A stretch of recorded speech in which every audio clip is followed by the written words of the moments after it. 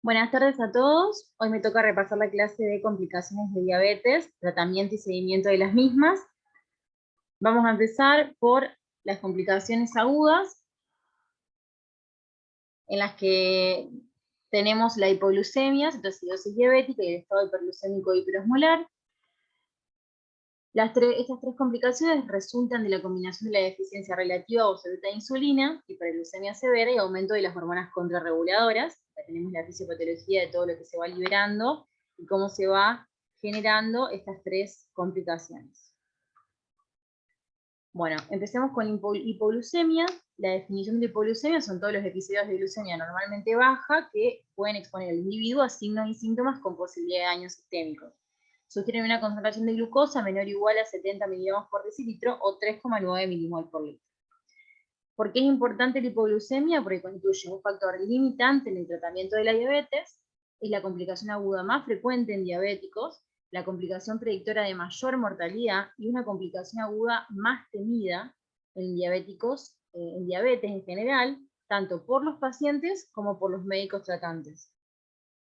Son más frecuentes las hipoglucemias en los diabéticos tipo 1, en los últimos estudios, 115 a 320 pacientes cada 100 pacientes por año, mientras que en diabéticos tipo 2, 35 a 70 cada 100 pacientes por año. Esto quiere decir que es 2 a 3 veces más frecuente las hipoglucemias en diabéticos tipo 1. Acá tenemos un cuadrito de la respuesta contrarreguladora fisiológica del organismo a la hipoglucemia, ¿sí? Donde tenemos que se da una respuesta central, el sistema nervioso autónomo libera noradrenalina y acetilcolina, se activan los órganos efectores, que son el páncreas y las glándulas suprarrenales, con la correspondiente liberación de hormonas, que van a ser el glucagón, la insulina, el cortisol y la epinefrina, y con eso a los órganos blancos que van a generar la respuesta, que en el caso del hígado es la glucogenogénesis con la glucogenólisis, con aumento de la producción de glucosa, y en el caso de músculo y grasa van a hacer una disminución de la utilización de la glucosa y con eso van a aumentar la glucemia. Bueno, acá tenemos la respuesta contrarreguladora en sujetos normales, con los valores y todas las respuestas que se van generando conforme va disminuyendo la glucemia. Y tenemos el mismo cuadrito de la respuesta contrarreguladora que es deficiente en la diabetes. Bueno, para el diagnóstico de la hipoglucemia tenemos la tirada de Whipple que plantea, digamos, tres pilares que debemos tener para reconocer la hipoglucemia, que es la concentración de glucemia baja, ¿sí? El valor que ya nombramos, signos o síntomas de hipoglucemia, y la desaparición de los síntomas y signos de hipoglucemia luego de la corrección de la glucemia, ¿sí? Con la normalización de la glucemia desaparecen los síntomas. Esa es la triada de Whipple clásica. La presentación clínica se divide en los síntomas neuroglucopénicos y los síntomas neurogénicos, ¿sí? Los síntomas neuroglucopénicos son los que resultan de la deprivación neuronal de glucosa. Va a haber cambios conductuales, confusión, fatiga, debilidad, frío, cambios visuales, convulsiones, pérdida de conciencia y muerte, o muerte puede haber. Síntomas neurogénicos se dan por la descarga del sistema nervioso autónomo y puede haber síntomas adrenérgicos que van a conformar lo que son palpitaciones, temblor, ansiedad, y los colinérgicos, parestesia, sudoración o hambre. La clasificación, la ADA plantea una clasificación en leve, moderado, severa, o grado 1, 2 o 3. El grado 1 leve es el paciente que reconoce la hipoglucemia y responde tomando una conducta que resuelve la hipoglucemia. El grado 2 moderado es un paciente que no responde a la hipoglucemia y requiere una ayuda de un tercero, pero el tratamiento vía oral es exitoso, así que con algo vía oral ya revierte el cuadro. Pero el grado 3 o severo es un paciente semiconsciente, inconsciente o en coma, con o sin convulsiones, que requiere un tratamiento parenteral con glucagón o glucosa endovenosa y además requiere la ayuda de un tercero para poder recuperarse. Tenemos otra clasificación que es según el tipo de hipoglucemia que se produce. La hipoglucemia severa es un evento que requiere la ayuda de otra persona para administrar activamente carbohidratos, glucagón o otras acciones de reanimación. La sintomática documentada es un evento de hipoglucemia con síntomas clásicos, típicos, que se acompañan de una medición de un valor de glucosa constatado menor a 70 miligramos por decilitro, La hipoglucemia asintomática es un evento que no se acompaña de síntomas típicos de hipoglucemia, pero que sí tiene un nivel de glucosa constatado menor o igual a 70 miligramos por decilitro. Una probable hipoglucemia sintomática es un evento durante el cual tenemos síntomas típicos o clásicos de hipoglucemia, pero que no tenemos un valor medido de glucosa. Pero presumiblemente fue causado por hipoglucemia, entonces se dice que fue una hipoglucemia sintomática. La pseudohipoglucemia es un evento durante el cual la persona con diabetes ya diagnosticada informa síntomas típicos de hipoglucemia, pero tiene un nivel de glucosa medido mayor a 70 miligramos por decilitro, que son los pacientes que generalmente son crónicamente mal controlados y experimentan síntomas de hipoglucemia cuando los niveles de glucosa caen dentro del rango fisiológico, ¿sí? Cuando baja a valores normales para una persona normal, ellos sienten los síntomas de hipoglucemia. Esto también lo podemos encontrar como hipoglucemia relativa. Acá una cosa que me pareció interesante es la hipoglucemia inadvertida, que se llama, bueno, Van Warnes, es la hipoglucemia que se da y el paciente no, digamos, no advierte los síntomas, entonces tiene un valor muy bajo de glucemia y no se da cuenta. Dice que se ha demostrado que la hipoglucemia recurrente reduce el nivel de glucosa que precipita la respuesta contrarreguladora, ¿sí? O sea, reduce el umbral con el cual, el valor de glucemia con el cual la persona va a sentir síntomas. Entonces, la persona tiene valores muy bajos y no se da cuenta. Los pacientes con hipoglucemia frecuente no experimentan los síntomas de la respuesta adrenérgica o una caída de la glucosa hasta que la glucosa en sangre alcanza niveles cada vez más bajos. La contrarregulación defectuosa de la glucosa, el resultado de la pérdida de una disminución en la producción de insulina y un aumento en la liberación de glucagón junto con un aumento atenuado de epinefrina, y el desconocimiento de la hipoglucemia son resultados de una disminución de la actividad simpatoadrenal, que es lo que se denomina hipoglucemia asociada a fallo autonómico en pacientes con diabetes, que es causada por antecedente reciente de hipoglucemia iatrogénica y perpetuada por lo mismo. Entonces, el desarrollo de esta hipoglucemia asociada a fallo autonómico se asocia a un riesgo 25 veces mayor de hipoglucemia grave durante la terapia glucémica intensiva. Esto es importante porque acá, como tenemos en el cuadrito, la hipoglucemia, ¿sí?, se da cuando acá hay un compromiso de respuesta fisiológica a la hipoglucemia, hay una advertencia reducida a la hipoglucemia, o sea, el paciente no tiene síntomas, entonces se incrementa la vulnerabilidad a más episodios de hipoglucemia y es un círculo vicioso, ¿sí?, porque cada vez que hay hipoglucemias más frecuentes y recurrentes, se va haciendo más inadvertida la hipoglucemia con valores más bajos que pueden, digamos, afectar a los órganos. Y la reversibilidad de este cuadro se da luego a 2 a 3 semanas libres de hipoglucemia. Por eso es importante el tratamiento. Los factores que precipitan o predisponen a las hipoglucemias son, por ejemplo, error en la medicación, que es la iatrogenia, falta de ingesta, ayunos por estudio, supresión de comidas, personas geriatrizadas o demenciadas que no recuerdan las comidas o que no pueden alimentarse por sí mismas, ejercicio no programado, ¿sí?, el paciente hace ejercicio y no lo programó, entonces se produce la hipoglucemia, insuficiencia renal, insuficiencia hepática, ingestión de alcohol, gastroparesia o interacciones de drogas, ¿sí? Entonces en esta pirámide podemos ver cuáles son, digamos, el mayor riesgo de hipoglucemia, de factores que predisponen a la hipoglucemia, en los insulinos tratados, que están en el vértice de la pirámide, menos riesgo con las sulfonilurias y las lipimidas, aunque hay riesgo, y lo que menos riesgo tiene son las incretinas, la metformina, y los inhibidores de la alfa-glucosidasa. Bueno, ¿qué impacto tiene la hipoglucemia? ¿Por qué es importante? Tenemos un estudio que se llama el estudio ACCORD, que es un estudio que vio, digamos, incluyó pacientes con alto riesgo cardiovascular, y se les asignó un control glucémico intensivo o una terapia estándar. Y se considera que la hipoglucemia tiene un papel definido en solo una muerte de estos pacientes, un papel probable en 3 muertes y un posible papel en 38 muertes, lo que representa un papel en menos del 10% de las muertes registradas en la población de estudio. Los investigadores sugieren que la hipoglucemia en el momento de la muerte probablemente no fue responsable del aumento de la tasa de mortalidad en la rama intensiva.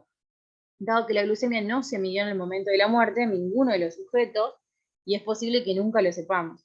Sin embargo, los posibles mecanismos letales que podría provocar la hipoglucemia podrían causar mortalidad abajo del evento hipoglucémico, aumentando la dificultad para establecer causa y efecto. Quiere decir que la evidencia que hay, digamos, no es a favor de que la hipoglucemia aumente la mortalidad, ¿sí? Porque no alcanza para eso, pero que sí podría ser, porque como dice acá en esos estudios, estuvo limitada la medición de glucemia en los episodios de mortalidad. Pero sí sabemos que las hipoglucemias aumentan las hospitalizaciones, aumentan las complicaciones cardiovasculares, producen aumento de peso, inconsciencia, aumento del riesgo de demencia, accidentes, coma y muerte. Eso sí sabemos. Y las complicaciones de la hipoglucemia pueden ser el síndrome de hiperglucemia post-hipoglucemia, que es el efecto Shimoji, debido a la respuesta contrainsular, puede provocar accidentes, puede provocar encefalopatía hipoglucémica o daño permanente de la corteza cerebral por episodios repetidos de hipoglucemia, precipitación de accidentes cerebrovasculares, ACV o enfermedad cardiovascular aguda, o eventos cardiovasculares agudos, aparición de hemorragias retinianas en pacientes con retinopatía previa, y temor a padecer más hipoglucemia. Y con eso, disminución de la adherencia al tratamiento y miedo a los pacientes en general. El tratamiento de la hipoglucemia, bueno, primero lo que tenemos que hacer ante una hipoglucemia, ante síntomas de hipoglucemia, es medir la glucemia, ¿sí? Si tenemos síntomas francos, no es necesario medir si no tenemos al alcance, digamos, el valor de glucemia, ¿sí? Instalamos el tratamiento directamente. Segundo, lo que se hace es la ingestión inicial de 15 gramos de hidratos de carbono. Obviamente que esto es cuando el paciente está consciente. Las opciones accesibles, bueno, son un medio vaso de jugo, gaseosa común, 3 caramelos duros, un sobre de azúcar, una pastilla de glucosa, medio vaso de agua con 3 cucharadas de té o de azúcar. Control de glucemia a los 15 minutos. Si el valor persiste por encima, por debajo de, está mal ahí el signo, de 70, se puede repetir el tratamiento. Si se recuperó, igualmente seguir con una colación, 3 galletitas, pan con queso, unas frutas, yogur, que eso lo que hace, digamos, es prevenir la recurrencia de la hipoglucemia, y también si está próximo a una comida principal, se le puede adelantar el horario. Ese es el escenario más leve, digamos. Cuando tenemos una hipoglucemia grave, que nos puede pasar en la guardia, tenemos dos escenarios. Un escenario que es el que tenemos acceso a endovenoso, intravenoso. Los pacientes hospitalizados generalmente ya tienen una vía intravenosa, entonces lo que hacemos es un glucosado del 25 o del 50% endovenoso. Si no tenemos acceso intravenoso, se administra inmediatamente glucagón en lugar de esperar a establecer un acceso intravenoso. 1 miligramo de glucagón subcutáneo intramuscular o nasal conducirá a la recuperación de la conciencia en 15 minutos, aunque puede ir seguida de náuseas marcadas o incluso vómitos. Y lo importante acá a tener en cuenta es que nunca hay que dar nada por boca en estos pacientes. Bueno, pasamos a lo que es cetoacidosis diabética. La cetoacidosis diabética tiene una incidencia que varía entre 4 a 14 episodios cada 1000 pacientes diabéticos por año. 2 a 9% de ingresos en pacientes diabéticos por año. Más del 20% de los ingresos presentan diagnóstico reciente de diabetes mellitus tipo 1. Más del 15% de todos estos ingresos presentan cetoacidosis recurrente. El 56% de los pacientes con cetoacidosis diabética tienen entre 18 y 44 años. Es mucho más frecuente en diabéticos tipo 1, pero también puede ocurrir en diabéticos tipo 2. En adultos la mortalidad es menor al 1%, sin embargo la mortalidad aumenta hasta el 5% cuando los pacientes son ancianos y los pacientes tienen enfermedades concomitantes potencialmente mortales. La fisiopatología de la cetoacidosis diabética, acá tenemos, bueno, una disminución de la insulina, aumenta la glucemia, ¿sí? Entonces se produce glucogenólisis, glucogenogénesis, ¿sí? Que aumenta la glucemia, y se produce la inducción de la lipólisis, con al aumento de oferta de ácidos grasos, aumento de cuerpos cetónicos, y eso genera, digamos, un aumento de la acetona, del ácido acetoacético y del beta-hidroxibutírico. Y ahí tenemos, digamos, todas las respuestas contrarreguladoras que participan en la acetoacidosis. Los criterios diagnósticos de la cetoacidosis diabética van a ser una hiperglucemia mayor a 250 miligramos por decilitro, la presencia, la detección, digamos, de una acidosis metabólica con un pH menor a 7,3 y un bicarbonato menor a 18, la cetonemia con más de 3 milimol por litro, o cetonuria, ¿sí? Y un anion gap aumentado mayor a 10. La clasificación de la cetoacidosis diabética se clasifica según su severidad, ¿sí? Que está dada por diferentes parámetros, que son estos que vimos al diagnóstico, en ligera, moderada, severa, ¿sí? Ahí también tenemos el síndrome hiperosmolar hiperglucémico y el estado mixto, que después lo vamos a ver. La etiología generalmente es omisión de la medicación o transgresión alimentaria, infecciones, muy importante de descartar, intercurrencias cardiovasculares, intercurrencias neurológicas, fármacos como los corticoides, los diuréticos, los antipsicóticos, politrauma, diabetes de novo, debut diabético o idiopática. Los factores precipitantes de una cetoacidosis diabética y de un estado de hiperglucemia hiperosmolar, acá los pongo los dos juntos, ahí se detallan, pero más o menos son las que ya he nombrado, para que tengan ahí para que podamos repasar. Bueno, la presentación clínica de la cetoacidosis diabética, lo importante es que los signos y síntomas se instauran dentro de las 24 horas de iniciado el cuadro. Perdón. Vamos a encontrar signos de deshidratación intracelulares, con sed, hipotonía ocular, sequedad de mucosas, extracelular, hipotensión, taquicardia, signo del pliegue, o sea, un estado de deshidratación. Vamos a tener poliuria, oliguria y anuria, según el estadio. Apirexia, no descarta la infección, ¿sí? Por eso tenemos que siempre descartar una infección, porque el paciente puede estar febril también, pero acá quiere decir que la apirexia no descarta que esté infectado. Pancreatitis, puede haber por hipertrigliceridemia, y lo importante es que puede haber dolor abdominal, ¿sí? Con disminución de alveolos hidroaéreos, defensa, leucocitosis, y todo ese cuadro puede, digamos, orientarnos hacia un cuadro abdominal. Hay que descartar los cuadros abdominales, pero puede ser que este dolor abdominal sea por la cetoacidosis diabética porque hay irritación del plexo. Taquicardia por depresión de depresión del volumen por diuresis osmótica y vómitos, por la cantidad de glucemia, de glucosa que se libera.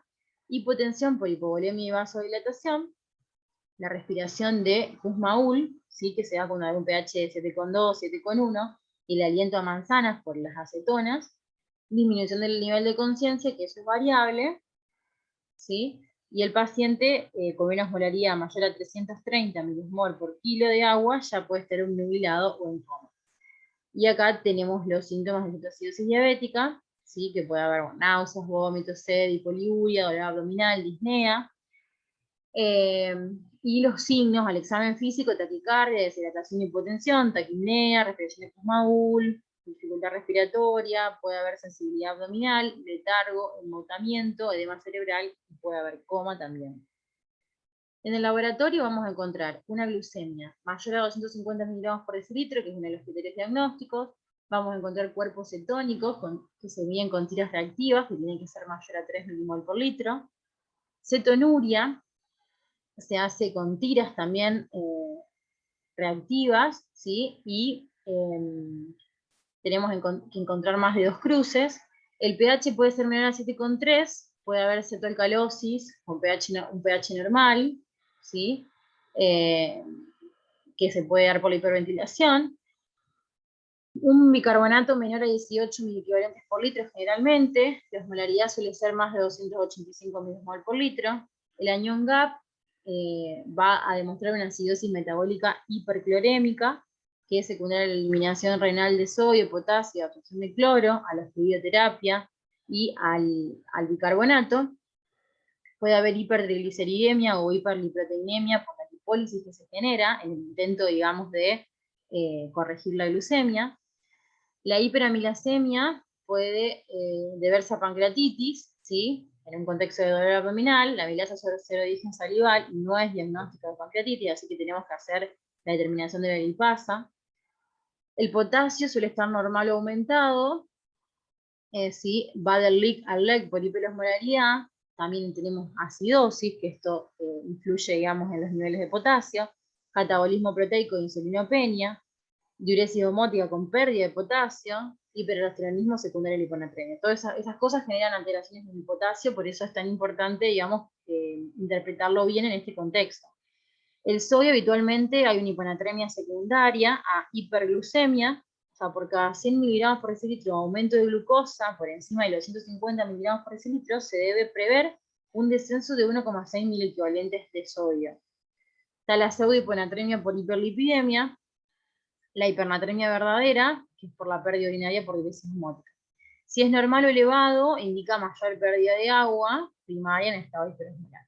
Bueno, el sodio corregido, para ver realmente cuál es el sodio, se hace el sodio más 1,6 por la glucosa, miligramos por decilitro, menos 100, todo eso sobre 100 más 0,02 por los triglicéridos en miligramos por decilitro.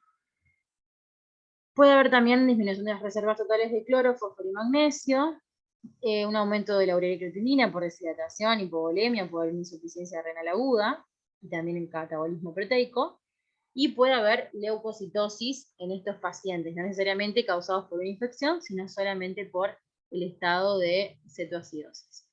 El diagnóstico diferencial, acá tenemos otras causas de cetoacidosis, de cetosis en realidad, y acidosis metabólicas que tenemos que descartar, ¿sí? Que sobre todo son la cetoacidosis alcohólica, acidosis láctica, acidosis urémica y la ingestión de etilenglicol. Ahí tenemos todos los parámetros que están alterados como para diferenciarlos.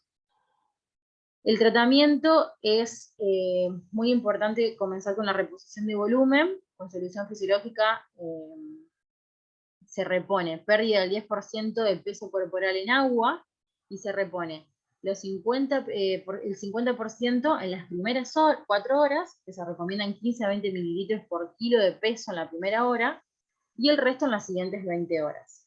Hay que tener precaución en los pacientes con insuficiencia cardíaca y enfermedad renal, o sea, insuficiencia renal, por la sobrecarga hídrica que puede implicar el edema agudo de pulmón y la acidosis hiperclorémica que puede generar.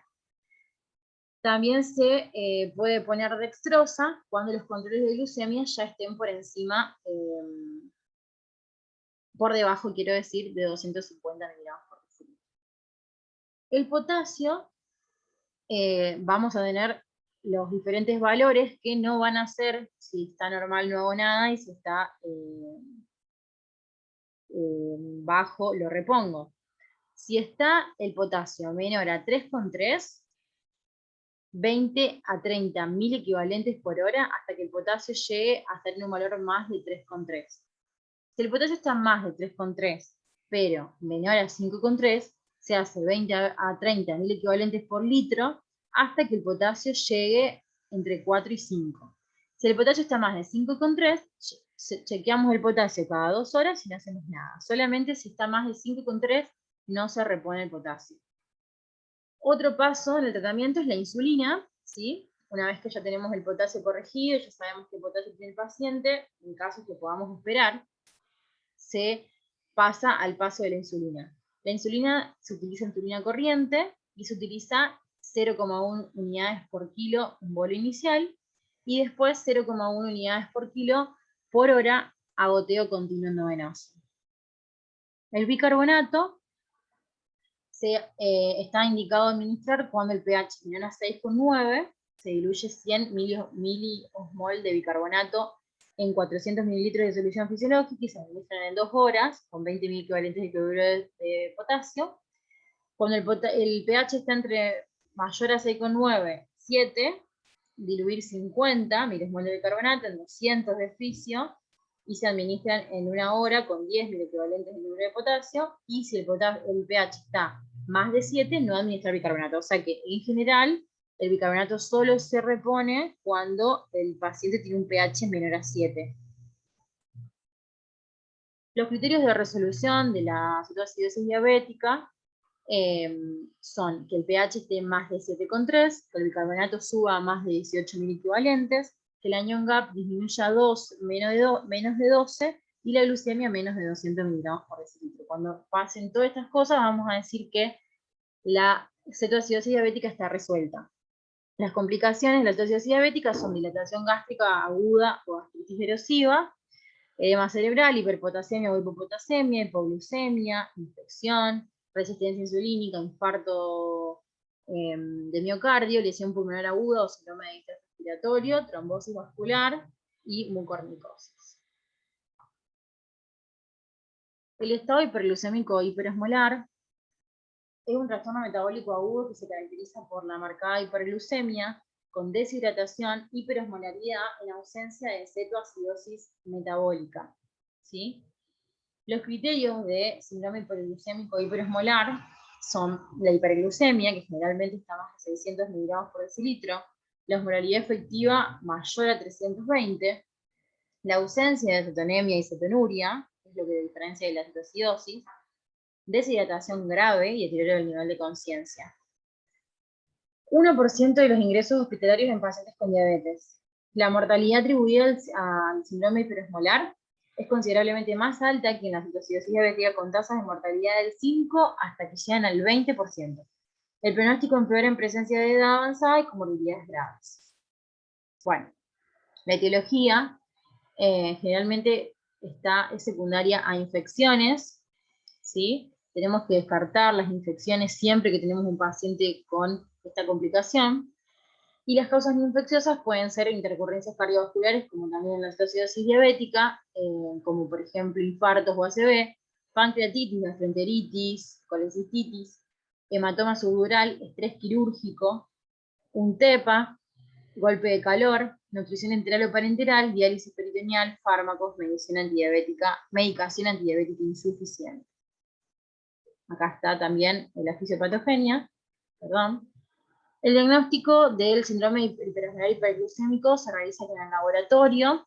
Tenemos una glucemia plasmática mayor a 600, una osmolaridad efectiva mayor a 320 y ausencia de acidosis metabólica. La osmolaridad plasmática efectiva se calcula haciendo sodio por 2 más la glucemia sobre 18. Otros, puede haber aumento de la urea y creatinina, glóbulos blancos, y la orina puede haber densidad aumentada y glucosilina. Bueno, acá tenemos criterios de síndrome hiperglucémico hiperosmolar. Entonces tenemos un pH mayor a 7,3, tenemos un bicarbonato mayor a 18, y tenemos generalmente un estado de estupor y coma. El tratamiento del síndrome hiperglucémico hiperosmolar, al igual que la cetoacidosis, el inicial es una intensiva fluidoterapia que debe ser adecuada, precoz e intensiva, vale la redundancia.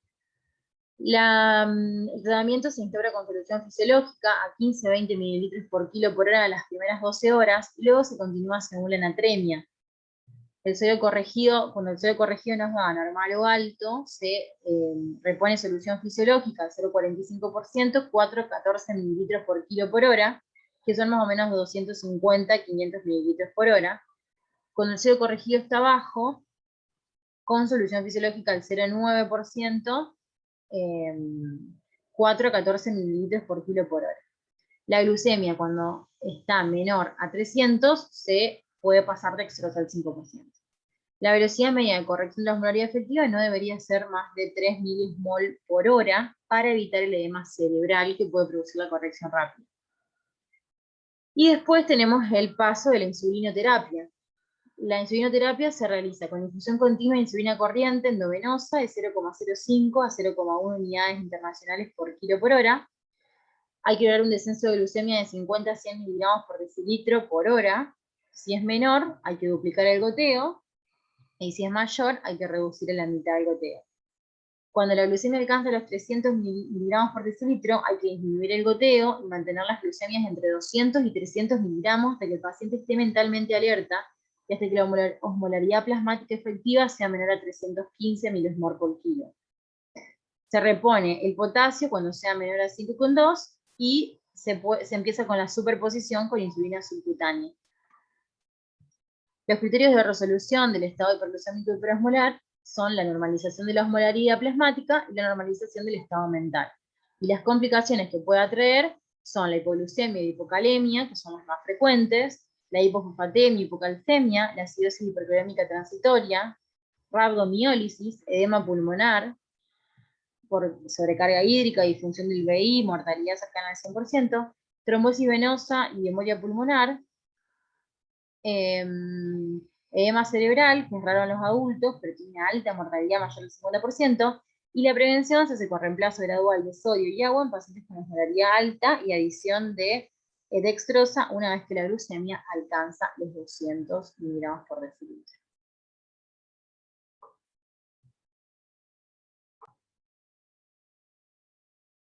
Bueno, continuamos con las complicaciones crónicas. Las complicaciones crónicas, como está acá en el cuadrito, podemos tener las complicaciones por microangiopatía o las complicaciones por macroangiopatía, ¿sí? Que la microangiopatía corresponde a lo que son la retinopatía diabética, la nefropatía diabética y la neuropatía diabética, y la macroangiopatía por aterosclerosis, el infarto agudo de miocardio, accidente cerebrovascular, enfermedad vascular periférica. Digamos que esto sería todo lo que implica el riesgo cardiovascular de los pacientes con diabetes. Pero también tenemos otras complicaciones como el aumento del número de infecciones, que vamos a ver todo acá en estas diapositivas que vienen ahora. Bueno, acá tenemos los órganos diana de la diabetes, que ya lo sabemos, que son sobre todo el cerebro, ojos, riñones, corazón, sistema vascular periférico y lo que es el pie diabético.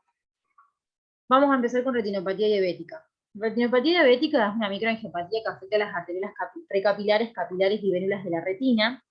Es la complicación microvascular más frecuente en pacientes diabéticos. Puede comprometer la retina periférica, la mácula o ambas. Es la principal causa mundial de ceguera prevenible en adultos en edad reproductiva entre los 25 y 75 años. La prevalencia en Argentina es de un 7 al 10%, una de las mayores de Latinoamérica. En general, la mitad de los pacientes ignoran que padecen la enfermedad. La prevalencia de la retinopatía aumenta progresivamente con la antigüedad de la diabetes y con el mal control metabólico. Las investigaciones internacionales informan que al momento del diagnóstico de diabetes mellitus 2, el 15 al 20% ya tienen retinopatía diabética. Este número se eleva al 35-40 a los 10 años de enfermedad, 80% a los 15 años y es cercana al 100% a los 20 años de la enfermedad.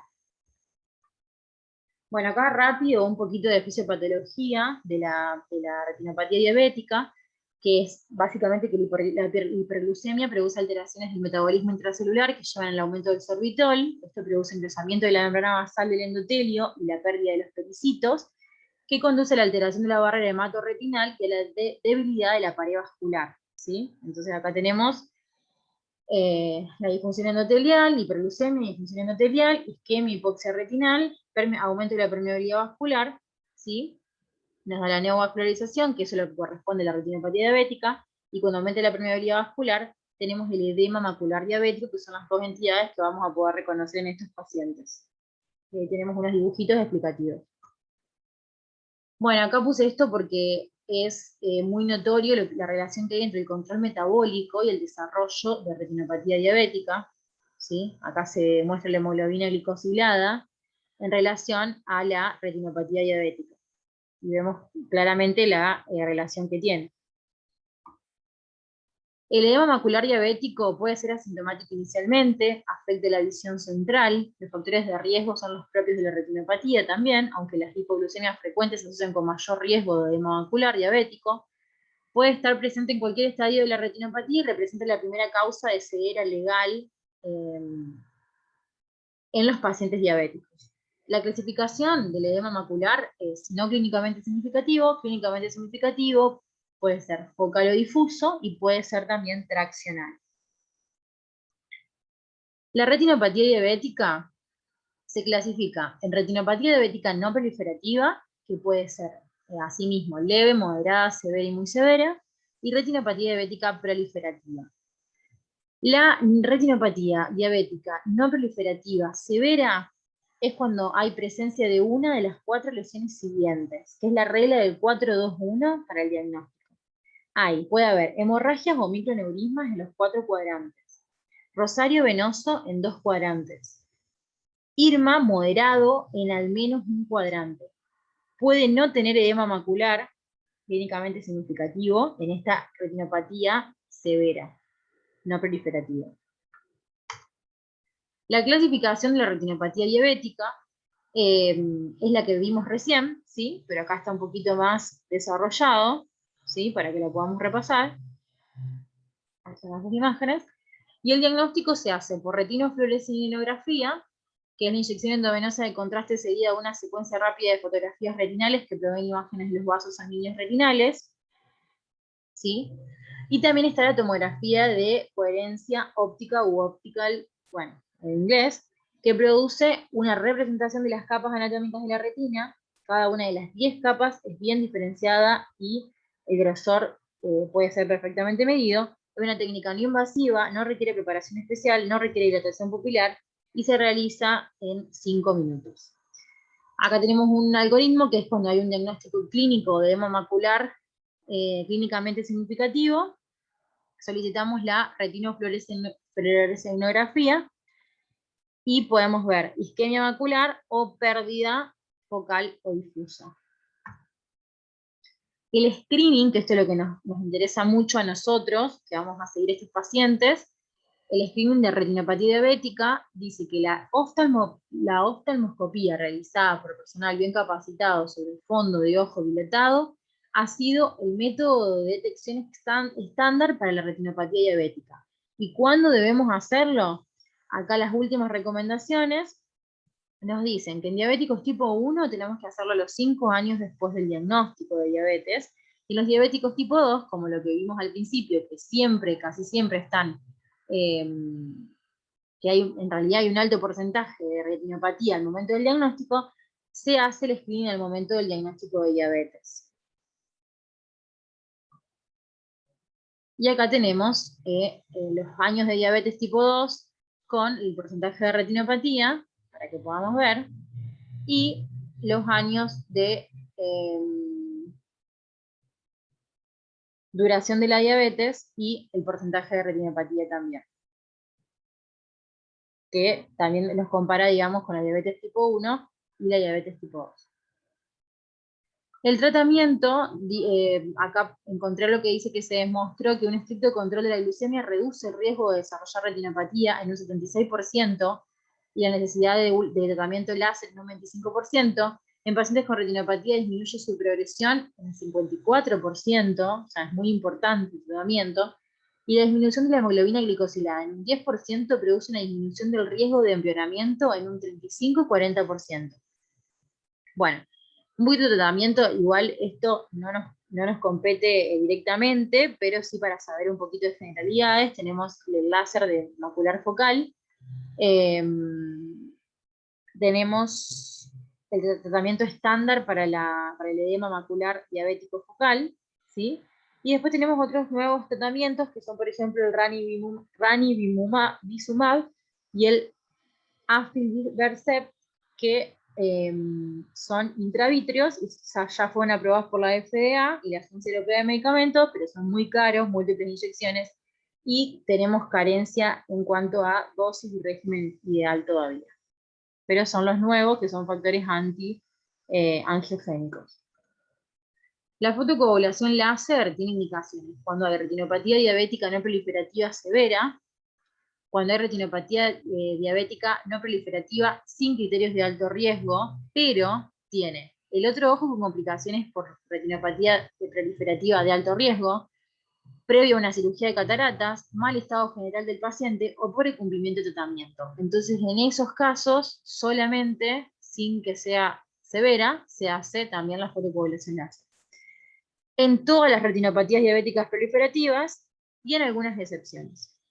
La vitrectomía tiene indicaciones cuando hay proliferación fibrovascular, cuando hay hemovitrio de larga data, con desprendimiento de retina, o cuando hay un edema macular diabético traccional.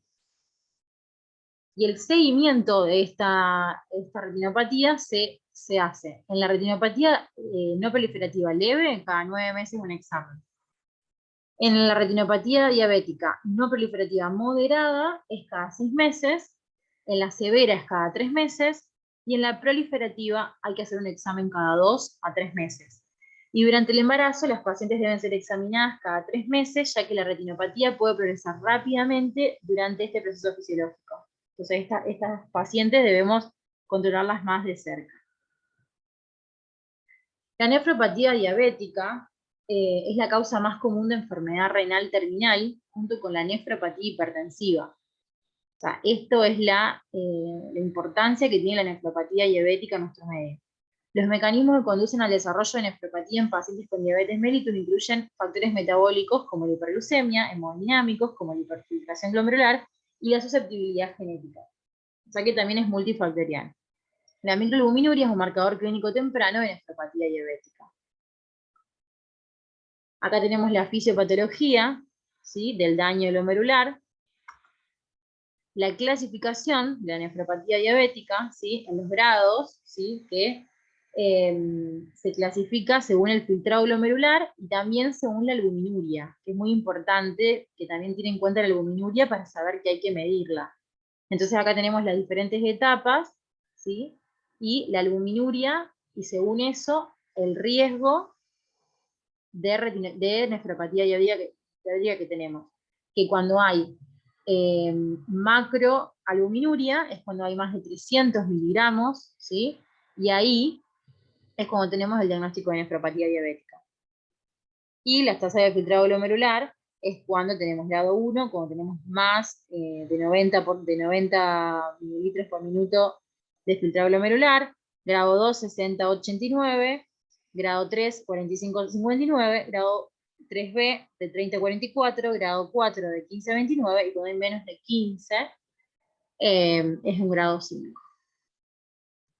El diagnóstico de la nefropatía diabética, se hace a través de la medición de la creatinina sérica, del cálculo de la tasa de filtrado glomerular, que eso se hace con una fórmula, ¿sí?, que se usa la fórmula de MDRD, ¿sí?, que acá está para que la podamos ver, que incluye, digamos, la creatinina sérica, una constante, la edad en años, ¿sí?, y una constante si es mujer, y ahí también incluye si es de raza negra.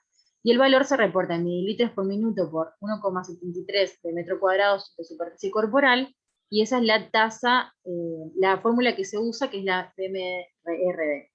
Se prefiere esta fórmula porque ha sido suficientemente validada en pacientes con 27 guías en la LAD 2019. Esto es independiente de la presencia o no de microalbuminuria, es una recomendación de tipo B. Y después también tenemos como otro punto la detección de la microalbuminuria. La relación albúmina-creatinina en una muestra al azar o midiendo su concentración en una recolección de orina de 24 horas. Se puede hacer de las dos formas. ¿Sí? Los criterios diagnósticos, acá tenemos criterios de inclusión, que es el historial de diabetes, albúmina proteína persistente, albuminuria proteinuria persistente, creatinina elevada, riñones normales o aumentados de tamaño en la ecografía, presencia de retinopatía o neuropatía. Y los criterios de exclusión son otras enfermedades sistémicas, rápido incremento de la proteinuria o aparición de síndrome nefrótico, deterioro acelerado del filtrado glomerular y sedimento urinario activo. El screening de la nefropatía se hace a toda persona adulta con diabetes tipo 2, se le debe evaluar la función renal anualmente desde el momento del diagnóstico mediante la medición de la creatinina sérica y el cálculo de la tasa de filtrado glomerular usando la fórmula de MDRD. Se debe medir anualmente la albuminuria para fines de identificación y clasificación de la nefropatía diabética. La detección de la albuminuria puede hacerse estimando la relación, eso ya lo dijimos, albúmina-creatinina o midiendo la recolección de orina 24 horas. Y la tasa de filtración glomerular calculada con la fórmula está validada y es especialmente confiable cuando la falla renal está en etapa 3 o superior. O sea que ya tenemos que tener un filtrado glomerular menor a 60 mililitros por minuto. En las etapas 1 y 2 de la insuficiencia renal, la ecuación puede subestimar la tasa de filtración glomerular, pero no se asocia con nefropatía diabética mientras no haya albuminuria, ¿sí? Por eso es muy importante medir también la albuminuria. Las etapas de la enfermedad renal crónica con base en la tasa de filtro glomerular fueron establecidas por la National Kidney Foundation y actualmente son utilizadas mundialmente. Los factores que contribuyen a la progresión de esta nefropatía son todos estos que podemos ver acá, por eso es importante el control también de estas variantes. Los objetivos del tratamiento en pacientes con nefropatía diabética van a ser el control de la tensión arterial, ¿sí? Con tensión arterial menos de 140/90 o menos de 130/80 pacientes con proteinuria. El adecuado control glucémico, ¿sí? Mantener una hemoglobina glicosilada menor a 7, y los nuevos fármacos antidiabéticos demostrados en nefropatía, que son los inhibidores de la CGLT2. Tratamiento de la dislipemia con estatinas, ¿sí? Hay que tener precaución con fibratos en enfermedad renal avanzada. Tratamiento de la microalbuminuria, como ya sabemos, con YECA o ARA2, a pesar de una tensión normal, de que el paciente no es hipertenso. Evitar nefrotóxicos, ¿sí? Como AINES, contraste, aminoglucósidos, y alertas frente a los episodios de insuficiencia renal aguda. Bueno, la neuropatía diabética es la complicación microvascular de la diabetes más frecuente. 8% en diabéticos de reciente diagnóstico, 60 a 90 luego de 20 años de evolución. La neuropatía periférica distal y autonómica son las formas más frecuentes encontradas en la práctica. Primariamente es axonal y después desminimizante, y la mayor morbilidad se asocia a neuropatía somática. ¿Qué se asocia a neuropatía somática? Es el pie diabético. La clasificación la tenemos acá, ¿sí? Que puede ser la neuropatía difusa, que tenemos la somática, ¿sí? Y la autonómica, con todas sus variantes en la isla de la autonómica. La mononeuropatía, ¿sí? Que generalmente es la mononeuropatía múltiple, y la radiculopatía o poliradiculopatía. Para una clasificación práctica, podemos dividir la neuropatía diabética en asintomática y sintomática, la somático-periférica y autonómica, ¿sí? Esa es la otra división grande, que entre la somática o periférica podemos encontrar la difusa y simétrica, ¿sí? Que incluye las radiculopatías, las mononeuropatías, mononeuropatías múltiples, mononeuropatía de los nervios craneales y motora proximal, y la focal. Y la autonómica incluye todo lo que es neuropatía autonómica cardiovascular, gastrointestinal, genitourinaria, sudomotora, metabólica y pupilar. Bueno, acá tenemos, digamos, la fisiopatología de la neuropatía, ¿sí? Que es básicamente la misma fisiopatología que por los productos, los productos avanzados de la aplicación de proteínas, se genera la alteración, el daño neuronal. Acá tenemos también cómo se daña la neurona. La presentación clínica, vamos a tener, acá tenemos los síntomas que puede tener el paciente y los signos al examen físico. Se recomienda que en el diagnóstico se utilicen herramientas sencillas que tengan bajo costo y buena reproducibilidad. Cuestionarios validados, hay varios, ¿sí? Que no los puse a todos acá porque se hacía muy extenso, pero hay varios que podemos consultar, que nos dan puntajes según el examen físico y según la anamnesis del paciente, cómo refiere los síntomas, y constatar la presencia de al menos 2 de 3 de los siguientes criterios patológicos para el diagnóstico de neuropatía diabética: signos y síntomas y estudios complementarios. El diagnóstico se hace entonces con una historia clínica detallada, con anamnesis específica orientada a caracterizar los síntomas, descartar múltiples diagnósticos diferenciales. Ahí puse ver cuadro siguiente, pero lo saqué porque se hacía muy largo, pero hay muchas causas de neuropatía que podemos tener, digamos, para hacer diagnóstico diferencial con la neuropatía diabética. El examen físico: se debe realizar un examen clínico cuidadoso de los pies y las piernas, se debe examinar los pies para detectar deformidades neuropáticas, infecciones y ulceraciones, y se debe inspeccionar el calzado del paciente. Sensación de pinchazo y temperatura en los dedos de los pies en comparación con las rodillas. Para evaluar la función de las fibras nerviosas pequeñas se usa el monofilamento, ¿sí? La vibración, sensación de presión y propiocepción de los dedos en los pies para evaluar la función de las fibras nerviosas grandes, eso se hace con el diapasón. reflejos tendinosos profundos del tobillo y la rótula, extensión del dedo gordo del pie, dorsiflexión del tobillo y caminar sobre los talones para probar la fuerza motora, la prueba de Romberg, marcha normal y marcha en tándem, para evaluar el equilibrio y el riesgo de caídas del paciente.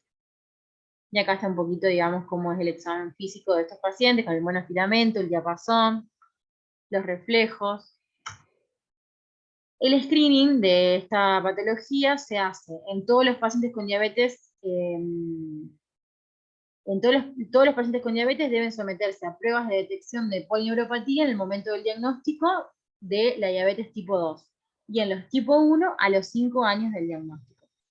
Después del criado inicial, todos los pacientes con diabetes tipo 2 o tipo 1 que no tienen polineuropatía deben someterse al menos una vez al año para detectar el desarrollo de neuropatía. Bueno, dentro de lo que es neuropatía, hay muchísimo sobre esto, pero yo traté de hacerlo lo más resumido posible, igual así me quedó bastante largo. Tenemos neuropatía autonómica. La neuropatía autonómica, y dentro de ella tenemos de los distintos sistemas. Me pareció importante aclarar la neuropatía diabética cardíaca, que comprende el daño de las fibras nerviosas autonómicas que generan al corazón y los vasos sanguíneos, determinando el normal control de la frecuencia cardíaca y la dinámica vascular. Se produce una disminución de la variabilidad de la frecuencia cardíaca, que es el indicador más temprano y el signo más característico de la neuropatía diabética autonómica cardíaca, ¿sí? Se evidencia a través de la falta de variación de la frecuencia cardíaca ante diferentes estímulos. El índice de mortalidad a 5 años por esta complicación es 5 veces mayor.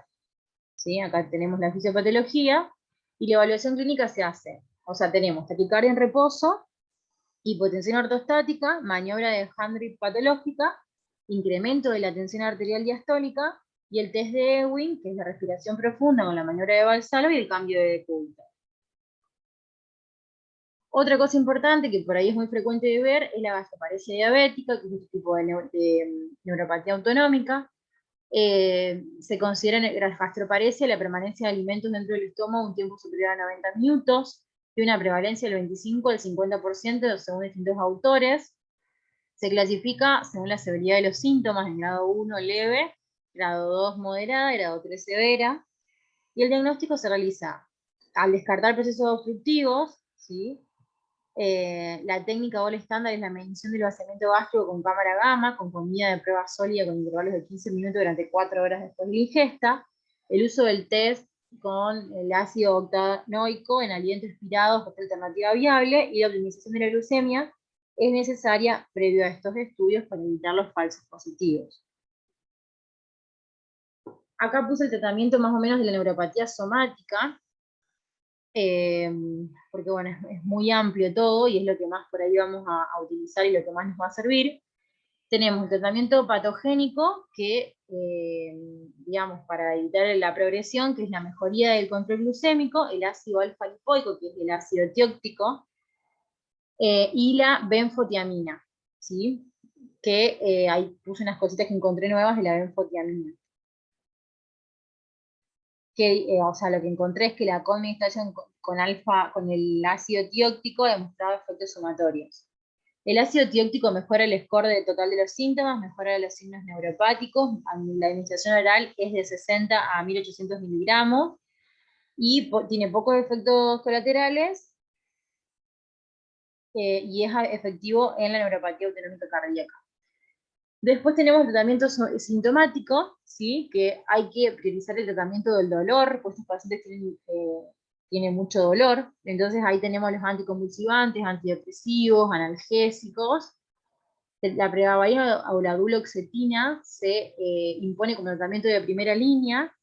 Agentes no aprobados, incluyendo gabapentina o antidepresivos tricíclicos, son sugeridos como segunda línea, y los opioides solo para pacientes con dolor severo que no responden a otras medicaciones. Bien. Puse un poquito acá de pie diabético, porque es una complicación muy frecuente de la diabetes que vemos mucho en el internado. Tenemos, digamos, acá lo que vamos a encontrar las claves que vamos a encontrar en el examen del pie, ¿sí? En la parte, digamos, lo que vamos a encontrar en la piel, en la parte musculoesquelética y en el examen neurológico y vascular del pie. tenemos los riesgos, ¿sí? La clasificación del riesgo del pie, una vez que lo evaluamos, ¿sí? Ahí tenemos todo.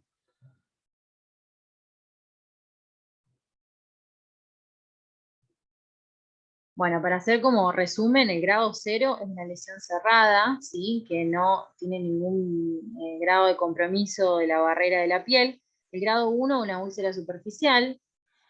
El grado 2 es una úlcera profunda. El grado 3 ya hay úlcera con celulitis o abscesos. El grado 4 es una gangrena localizada. Y el grado 5 hay gangrena completa del pie. Acá tenemos unas imágenes que nos muestran la ortopatía de Charcot, que es la que predispone al pie diabético neuropático, digamos, que está caracterizada por el colapso del arco del medio pie, que es reemplazado por una prominencia ósea, que está ahí la flechita. Se atrofian los músculos pequeños, disminuye la sensibilidad y la mala distribución de la carga de peso. Y todo eso va generando que haya más predisposición a las lesiones. La úlcera neuropática penetrante, que tenemos acá al costadito, bueno, para que puedan leer todo eso. Tenemos la clasificación, una clasificación también que está buena sobre la infección del pie diabético, ¿sí? Que es el pie diabético no infectado, el pie diabético con infección leve, moderada y severa, ¿sí? Que acá también nos dice. Y el tratamiento antibiótico empírico en los diferentes grados de infección del pie diabético. Para repasar también, que eso es importante para hacer un tratamiento inicial empírico, si no tenemos aislamiento. Bueno, por último, riesgo cardiovascular y diabetes. Me pareció importante ponerlo porque la diabetes se considera un factor de riesgo cardiovascular independiente, ¿sí? La enfermedad cardíaca, en particular la enfermedad coronaria, es una de las principales causas de morbilidad y mortalidad en los pacientes con diabetes mellitus. En el estudio de Framingham, la presencia de diabetes duplicó el riesgo de enfermedad cardiovascular ajustado por edad en los hombres y lo triplicó en mujeres. La diabetes siguió siendo un importante factor de riesgo cardiovascular independiente, incluso cuando se ajustaba por edad avanzada, hipertensión, tabaquismo, hipercolesterolemia o hipertrofia ventricular izquierda. En la diabetes existe mayor prevalencia de enfermedad coronaria, mayor extensión de isquemia coronaria y más probable que tengan un infarto de miocardio y isquemia de miocardio silente. El informe, bueno, acá puse el Programa Nacional de Educación sobre el Colesterol de los Estados Unidos y las directrices de Europa, consideran que la diabetes tipo 2 es un equivalente de enfermedad coronaria, elevándola así a la categoría de mayor riesgo. O sea, es importante saber que la diabetes es un factor de riesgo cardiovascular independiente y ya se considera un equivalente de enfermedad coronaria. De hecho, acá tenemos el cuadrito para calcular el riesgo cardiovascular de los pacientes, ¿sí? Y tenemos un cuadro especial para los pacientes que tienen diabetes. Y se nota a simple vista, sin analizarlo demasiado, que está pintado la mayor parte en rojo, ¿sí? A menor edad y todo, porque estos pacientes tienen diabetes, entonces tienen ya de por sí más riesgo cardiovascular.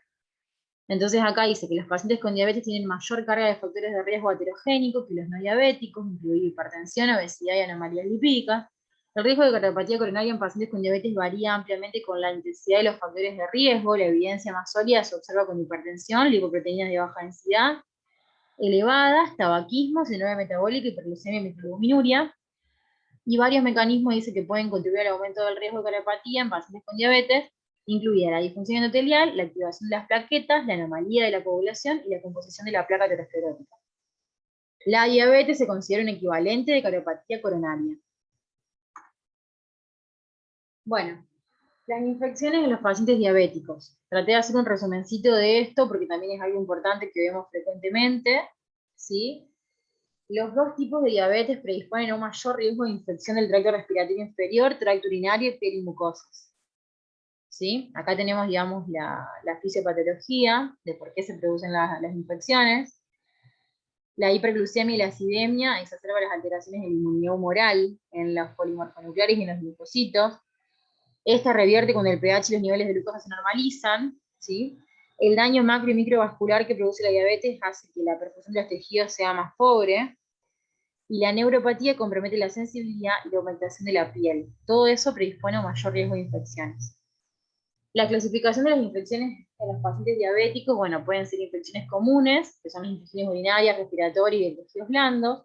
Las casi exclusivas, que tenemos ahí, la otitis externa maligna, la mucormicosis cerebral, la fascitis necrotizante, la gangrena de Fumier, infecciones enfisematosas, pielonefritis enfisematosas, colicitis enfisematosa, infecciones del pie diabético. Las infecciones asociadas a cuidados de la salud, que son las producidas por inyección de insulina, diálisis, infecciones del sistema quirúrgico, y los microorganismos particularmente, que son la cándida, el estreptococo B, la klebsiella y la hepatitis C.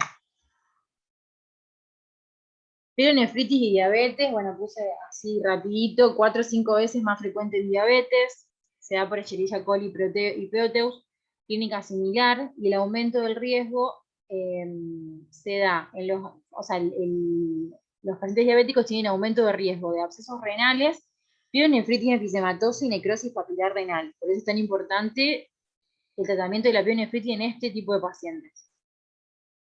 Las infecciones respiratorias, tenemos la influenza, tienen 6 veces más riesgo y necesidad de internación los pacientes diabéticos en los brotes. Por eso se recomienda la vacunación antigriparia anual, y la diabetes es un factor de riesgo, lo constituye el grupo de riesgo para vacunarse. La neumonía también tiene mucho más riesgo de neumonía, mayor mortalidad a los 30 días en pacientes ancianos con diabetes, mayor riesgo de infecciones por Mycobacteria tuberculosis, Staphylococcus aureus, bacilos gram negativos, y tuberculosis también. Las personas con déficit inmunológico tienen más riesgos de tuberculosis, y las personas con diabetes tienen 2 a 3 veces más riesgo de tuberculosis, ¿sí? 10% de los casos de TBC están ligados a diabetes. Pueden tener un diagnóstico tardío, ¿sí? Y las personas con tuberculosis deben ser estudiadas para diabetes. O sea, es tan importante la relación que, al contrario, cuando se encuentra tuberculosis primero, también se estudia para diabetes. Las infecciones de piel y partes blandas y diabetes, tenemos la onicomicosis, la celulitis, la fascitis necrotizante, infección de pie diabético, gangrena de Fumier. Cabeza y cuello, podemos encontrar la otitis externa maligna, sobre todo por pseudomonas aeruginosa, la mucormicosis cerebral y la periodontitis. Ahí tenemos imágenes de todas las patologías. Hay también revisiones y metaanálisis de que la diabetes aumenta muchísimo el riesgo de infecciones en el sitio quirúrgico, ¿sí? Es un factor de riesgo independiente para infección del sitio quirúrgico para varios procedimientos quirúrgicos. Las infecciones virales y diabetes, tenemos la hepatitis C, tiene una prevalencia del 3 al 33% en diabéticos, ¿sí? Frente a un 4 a 10% de la población que está en la población general. El riesgo de pacientes con hepatitis C de desarrollar diabetes es 3 veces más frecuente, y la diabetes se considera una manifestación extrahepática de la hepatitis C. En diabéticos la enfermedad es más severa con más fibrosis, y existe actualmente tratamiento curativo con alta eficacia. Entonces se recomienda el screening de los pacientes diabéticos para hepatitis C. La hepatitis B, existe vacuna, pero no tratamiento curativo, la relación con diabetes no es tan clara, y los brotes reportados en relación a controles de glucemia sin higiene adecuada. Vacunación a los pacientes diabéticos, esa es la recomendación. El HIV, el riesgo de diabetes en pacientes con HIV se ve incrementado en relación al virus por el estado inflamatorio que produce. En relación al tratamiento, los diabéticos, la diabetes es 4 veces más frecuente en los pacientes con los antirretrovirales inhibidores de proteasa, se asocian a resistencia a la insulina. Otro punto a tener en cuenta son las interacciones medicamentosas. Se recomienda el testeo universal para HIV, ¿sí? Y recordar que la vacunación es esencial en este grupo de pacientes y siempre se debe incluir dentro de la práctica médica diaria en estos pacientes. Bueno, se hizo un poco extensa, pero eso es todo. Acá les dejo la bibliografía y las guías, y muchas gracias.